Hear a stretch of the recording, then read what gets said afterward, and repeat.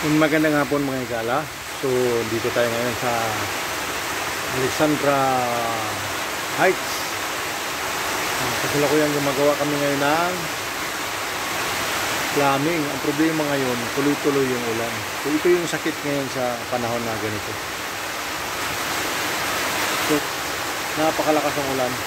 So hindi ka talaga makapagtrabaho ng dito. Tingnan mo ngayon yung mga tao hindi na makapunta sa site kasi ang lakas ng ulan. So kung naroon, no? Grabe. So yung baras namin doon napakalayo. So kung ititingnan mo yan ang pinakadulo, hindi mo yan maalinan kasi nagpapag dito. Ang lakas ng ulan.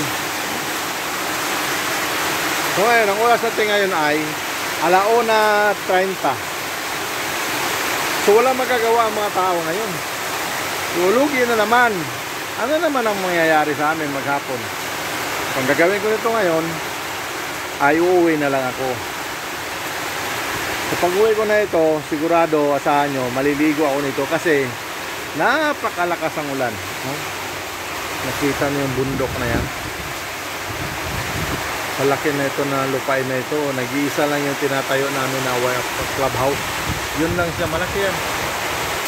Kasi medyo malayo ng barak eh. Napaikutan na itong mga damo. Yun. Doon may nag-ukay doon ng deep well. Ayun oh. So nagtatago din sila ngayon. Hindi din sila maka-forma dahil palakas ng ulan. So yan mga igala. Abangan natin anong mangyayari kasunod. Lamig!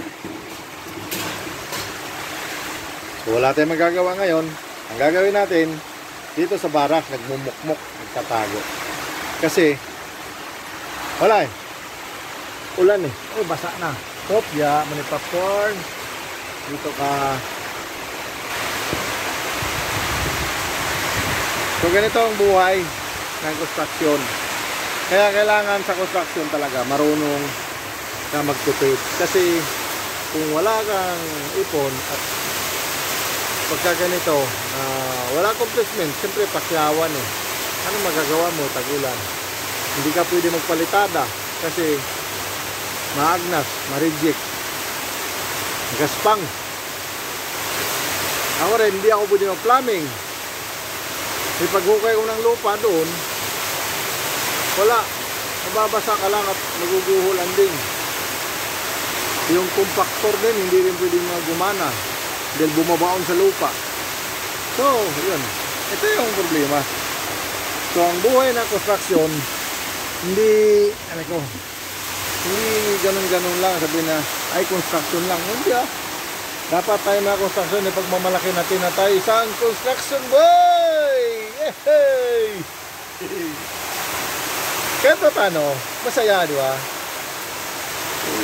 Dito yung kinabubuhay natin. Tingnan mo na. Tingnan natin. Baka mamaya may dito eh. Talahiban na ito tingnan nyo mo dito eh.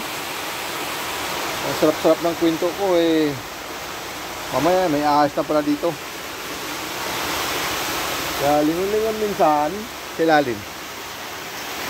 Ito basa na. Mayroong pansin ah. Wala namang ahas pero may buhaya oh.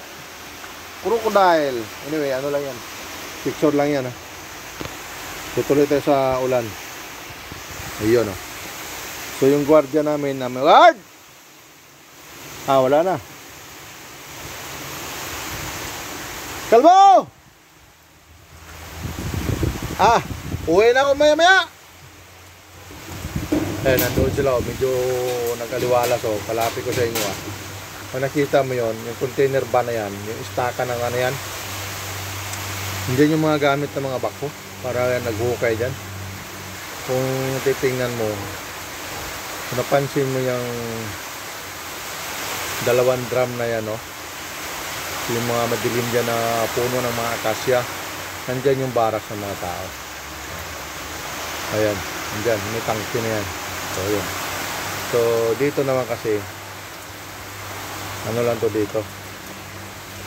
Ayan Medyo malapit. Dito, ano to dito? Budiga lang to, budiga. Lagay yung mga gamit. Yan. Kung kayo na may gusto naman nyo magpa-reserve ng magandang tirahan, pwede kayo pumunta dyan, no? Ayan, no? Oh, nagdumilim.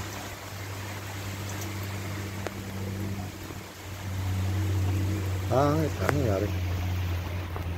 Ayan, no?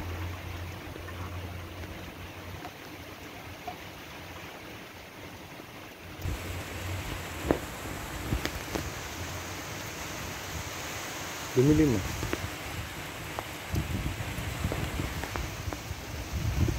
Paliwanagan na rin.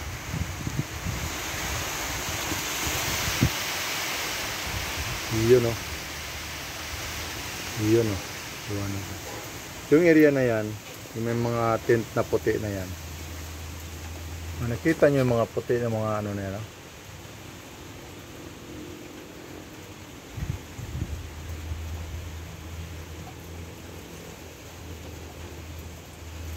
Simenteryo yan.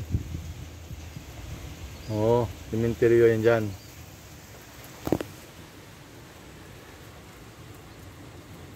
Yan, simenteryo yan. Yan.